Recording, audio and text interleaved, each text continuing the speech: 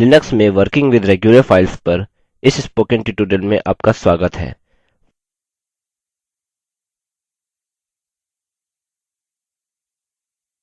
Files और directories मिलकर Linux file system को बनाती हैं।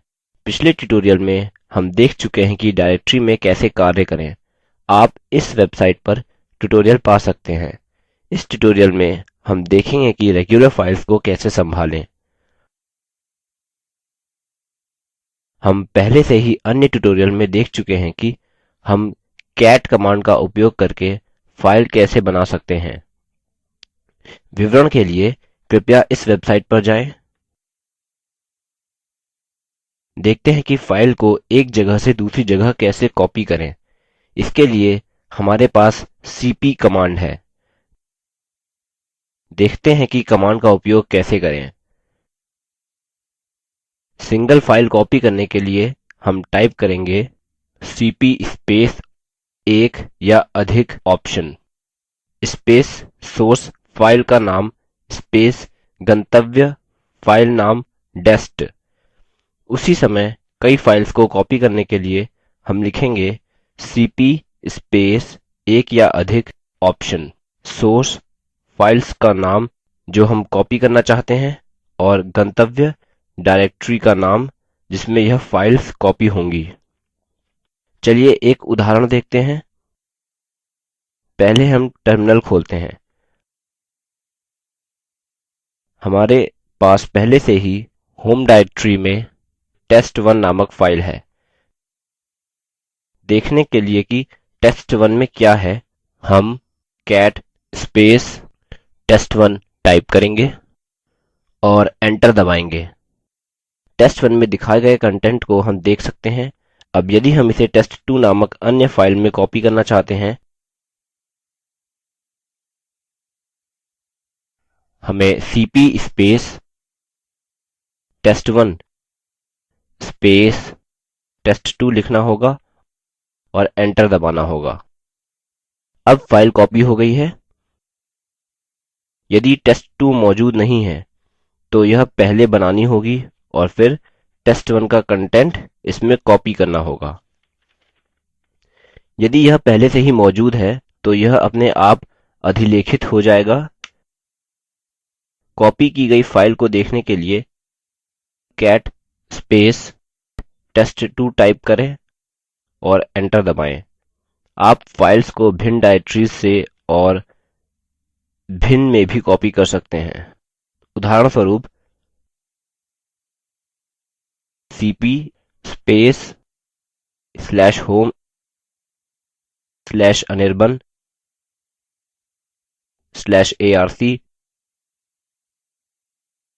/arc/demo1 जो कि फाइल का नाम है जिसे हम कॉपी करना चाहते हैं space /home /anirban /demo2 type करें और एंटर दबाएँ। यह क्या करेगा कि यह फाइल demo1 को source directory /home /anirban /arc से गंतव्य डायरेक्टरी /home /anirban में कॉपी करेगा। यह demo2 नाम से फाइल कॉपी करेगा।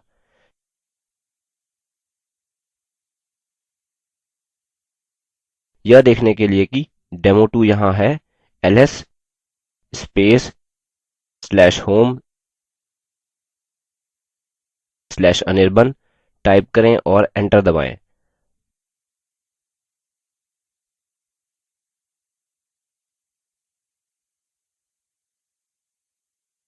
हमारे ऊपर स्क्रॉल करते ही आप देखेंगे कि demo2 यहाँ है।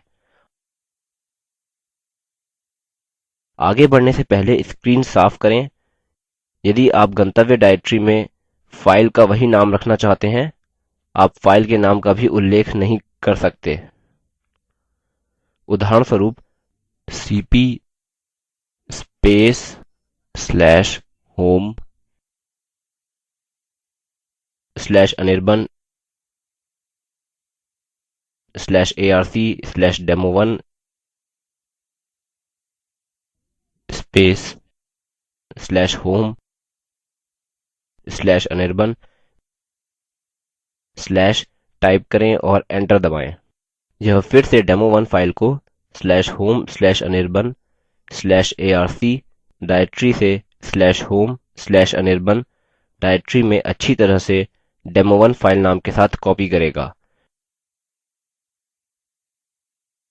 demo1 को देखने से पहले ls/home/anirban टाइप करें और एंटर दबाएँ। यहाँ फिर से हमें ऊपर स्क्रॉल करना होगा और आप देख सकते हैं कि demo1 फाइल यहाँ है। फिर से आगे बढ़ने से पहले स्क्रीन साफ करें। एक और उदाहरण, तब हमें गंतव्य फाइल का नाम देने की आवश्यकता नहीं होती जब हम कई फाइल कॉपी करना चाहते हैं।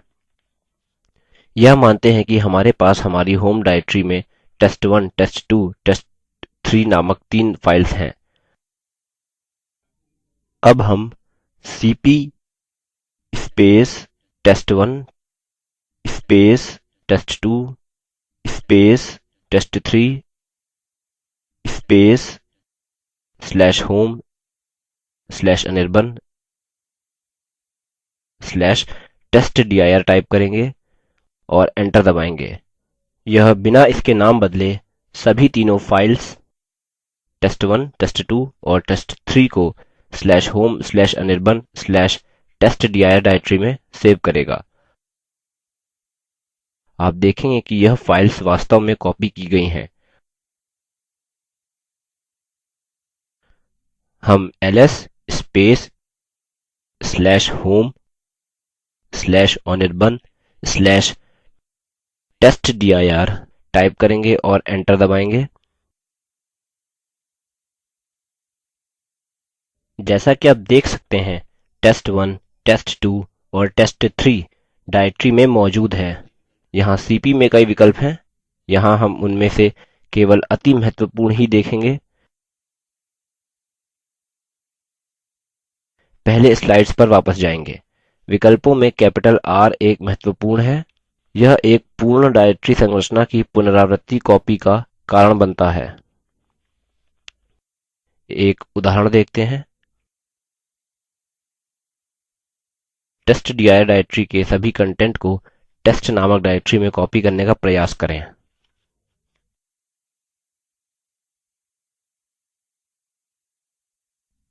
उसके लिए हमें cp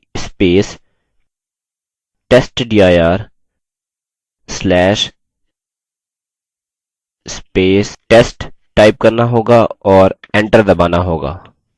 जैसा कि आप आउटपुट मैसेज से देख सकते हैं, साधारणतः हम कुछ कंटेंट के साथ डायरेक्टरी को cp कमांड से कॉपी नहीं कर सकते, लेकिन -r ऑप्शन का उपयोग करके हम यह कर सकते हैं। अब हम cp -r testdir/test टाइप करेंगे और एंटर दबाएँगे। फाइल्स अब कॉपी हो चुकी हैं। यह देखने के लिए कि टेक्स्ट डायरेक्टरी वास्तव में मौजूद है, ls टाइप करें और एंटर दबाएँ। जैसा कि आप देख सकते हैं टेस्ट डायरेक्टरी मौजूद है। स्क्रीन को साफ करें। टेस्ट के अंदर कंटेंट देखने के लिए ls/test टाइप करें और एंटर दबाएँ। आप टेस्ट डायरेक्टरी का कंटेंट्स देख सकते हैं।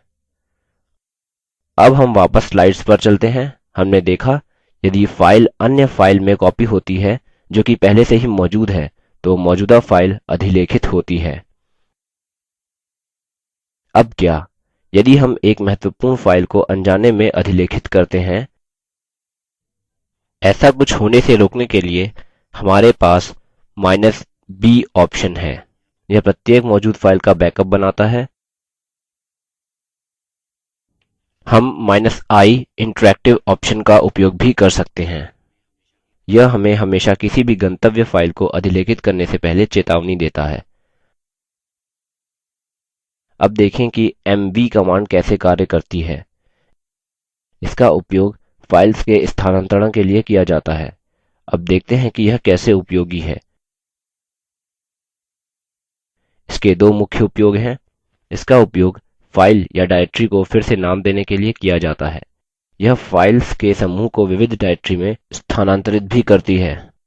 mv cp के समान है, जो हम पहले ही देख चुके हैं, अतः जल्दी से देखते हैं कि mv का उपयोग कैसे किया जा सकता है। हम टर्मिनल खोलते हैं और mv test1 test2 टाइप करते हैं और एंटर दबाते हैं। यह test1 नामक फाइल को नया नाम देगा, जो फाइल test2 नाम से होम डायरेक्टरी में पहले से ही मौजूद है। यदि test2 पहले से ही मौजूद है तो यह अपने आप अधिलेखित हो जाएगी। यदि हम फाइल के अधिलेखित होने से पहले चेतावनी चाहते हैं,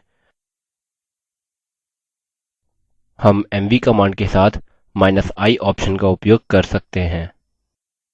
मानते हैं कि हमारे पास अनिर्बाण नामक दूसरी फाइल है। इस फाइल का भी हम test2 के रूप में नवीनीकरण करना चाहते हैं। हम mv -i Anirban test2 type करेंगे और एंटर दबाएंगे। जैसा कि आप देख सकते हैं, चेतावनी दी जा रही है कि क्या test2 अधिलेखित होनी चाहिए या नहीं। यदि हम y दबाते हैं और फिर एंटर दबाते हैं तो फाइल वास्तव में अधिलेखित हो जाएगी। हम विविध फाइल्स के साथ cp के जैसे mv का उपयोग कर सकते हैं, लेकिन इस केस में गंतव्य डायरेक्टरी होनी चाहिए। आगे बढ़ने से पहले स्क्रीन को साफ करें। मान लीजिए कि हमारे पास हमारी होम डायरेक्टरी में abc.txt, pop.txt और push.txt नामक 3 फाइल्स हैं। उनकी मौजूदगी को देखने के लिए ls टाइप करें और एंटर दबाएँ। फाइल्स pop.txt, push.txt और abc.txt यहाँ है। स्क्रीन को साफ करें। अब हम इन 3 फाइल्स को testdir नामक डायरेक्टरी में स्थानांतरित करना चाहते हैं। हमें क्या करने की जरूरत है कि mv abc.txt pop.txt push.txt और फिर गंतव्य फोल्डर का नाम टाइप करें, जो कि testdir है, और एंटर दबाएँ। उनको देखने के लिए ls testdir टाइप करें और एंटर दबाएँ। आप फाइल्स abc, pop और push.txt देख सकते हैं। अब mv में कुछ ऑप्शंस देखते हैं। पहले स्लाइड्स पर वापस चलते हैं। mv कमांड में -b या -backup ऑप्शन उपलब्ध हैं। यह प्रत्येक फाइल्स के अधिलेखित होने से पहले इन्हें गंतव्य में बैकअप करेगा। -i ऑप्शन, जिसे हमने पहले ही देखा, किसी भी गंतव्य फाइल के अधिलेखित होने से हमें पहले चेतावनी देता है। अगली कमांड जो हम देखेंगे वह rm कमांड है। इस कमांड का उपयोग फाइल्स को डिलीट करने के लिए किया जाता है। टर्मिनल पर वापस जाएं और ls testdir टाइप करें। हम faq.txt नामक मौजूद फाइल को देखते हैं। मान लीजिए कि हम इसे डिलीट करना चाहते हैं। इसके लिए हम rm testdir/faq.txt टाइप करेंगे और एंटर दबाएंगे। यह कमांड faq.txt फाइल को testdir डायरेक्टरी से हटा देगी। यह देखने के लिए कि फाइल वास्तव में हट गई है या नहीं, फिर से ls testdir टाइप करें और एंटर दबाएँ। हम अब फाइल faq.txt नहीं देख सकते। हम rm कमांड को विविध फाइल्स के साथ भी इस्तेमाल कर सकते हैं। testdir डायरेक्टरी में दो फाइल्स हैं, abc2 और abc1। मानिए कि हम abc1 और abc2 फाइल्स को हटाना चाहते हैं। इसके लिए हम rm testdir/abc1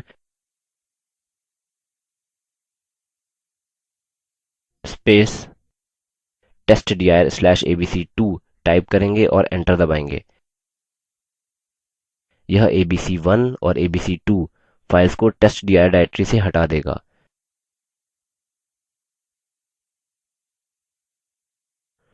यह फाइल्स हटी हैं या नहीं देखने के लिए फिर से ls testdir टाइप करें। abc1 और abc2 फाइल्स नहीं हैं। आगे बढ़ने से पहले स्क्रीन को साफ करें। अब स्लाइड्स पर वापस जाते हैं। चलिए सारांशित करते हैं हमने अभी जो कहा। वो यह है कि एक फाइल को डिलीट करने के लिए हम rm लिखते हैं और फिर फाइल का नाम। विविध फाइल्स को डिलीट करने के लिए हम rm लिखते हैं और उन विविध फाइल्स का नाम जो हम डिलीट करना चाहते हैं।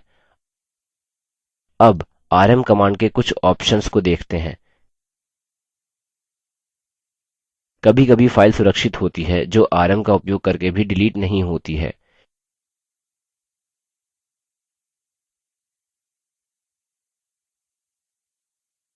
इस केस में हमारे पास -f ऑप्शन है जिसका उपयोग फाइल को डिलीट करने के लिए किया जा सकता है। अन्य सामान्य ऑप्शन है -r ऑप्शन। चलिए देखते हैं कि यह ऑप्शन कहाँ उपयोगी है। टर्मिनल पर वापस जाते हैं। डायरेक्टरी डिलीट करने के लिए सामान्यतः rm कमांड का उपयोग नहीं करते हैं। उसके लिए हमारे पास rmdir कमांड है। लेकिन rmdir कमांड साधारणतः डायरेक्टरी डिलीट करती है, उसके बाद ही वह रिक्त होती है। यदि हमें एक डायरेक्टरी डिलीट करनी है जिसमें कई फाइल्स और उप डायरेक्टरी मौजूद हैं तो हम क्या करें। rm कमांड से इसके करने की कोशिश करते हैं। rm और डायरेक्टरी जो हम डिलीट करना चाहते हैं जो है testdir टाइप करते हैं और एंटर दबाएँ। आउटपुट मैसेज से हम देख सकते हैं कि हम testdir को डिलीट करने के लिए rm डायरेक्टरी का उपयोग नहीं कर सकते। लेकिन यदि हम -r और -f ऑप्शन जोड़ते हैं तो हम ऐसा कर सकते हैं।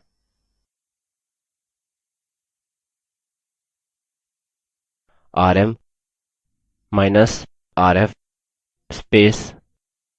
testdir प्रेस करें और फिर एंटर दबाएँ। अब testdir डायरेक्टरी सफलतापूर्वक डिलीट हो चुकी है। अगली कमांड के अध्ययन के लिए स्लाइड्स पर वापस जाएं। cmp कमांड कभी कभी हमें यह जाँचने की आवश्यकता होती है कि क्या दो फाइल्स समान हैं। यदि वे समान हैं तो हम उनमें से एक डिलीट कर सकते हैं और हम देखना चाहते हैं कि क्या पिछले वर्जन से फाइल बदल गई है। इनके और कई अन्य उद्देश्यों के लिए हम cmp कमांड का उपयोग कर सकते हैं।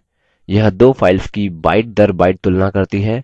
फाइल1 और फाइल2 की तुलना करने के लिए हमें cmp फाइल1 फाइल2 लिखना होगा। यदि दो फाइल्स में पूर्ण रूप से समान कंटेंट हैं तो कोई भी मैसेज नहीं दिखाया जाएगा,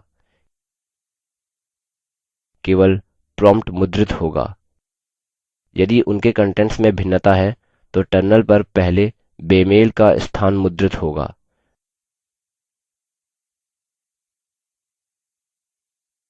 देखते हैं cmp कैसे कार्य करता है। हमारे पास हमारी होम डायरेक्टरी में sample1 और sample2 नामक दो फाइल्स हैं। देखते हैं उनमें क्या है। cat sample1 टाइप करें और एंटर दबाएँ। इसमें this is a linux file to test the cmp command text है। अन्य फाइल sample2 में टेक्स्ट होगा और इसको देखने के लिए हम cat sample2 टाइप करेंगे और एंटर दबाएंगे। इसमें this is a unix file to test the cmp command text होगा। अब हम cmp कमांड को इन दो फाइल्स पर लागू करेंगे। हम cmp sample1 sample2 लिखेंगे और एंटर दबाएंगे। जैसा कि हम देख सकते हैं कि sample1 और sample2 दो फाइल्स में पहला अंतर बताया गया है। अगली कमांड पर जाने से पहले स्क्रीन को साफ कर दें। अगली कमांड जो हम देखेंगे वह है wc कमांड। इस कमांड का उपयोग फाइल में लाइन्स, शब्द और अक्षरों की संख्या की गणना के लिए किया जाता है। हमारे पास हमारी होम डायरेक्टरी में sample3 नामक फाइल है।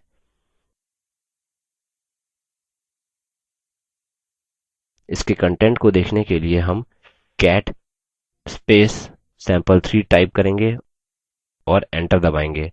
sample3 का कंटेंट यह है। अब इस फाइल पर wc कमांड का उपयोग करते हैं। इसके लिए हम wc sample3 लिखेंगे और एंटर दबाएंगे।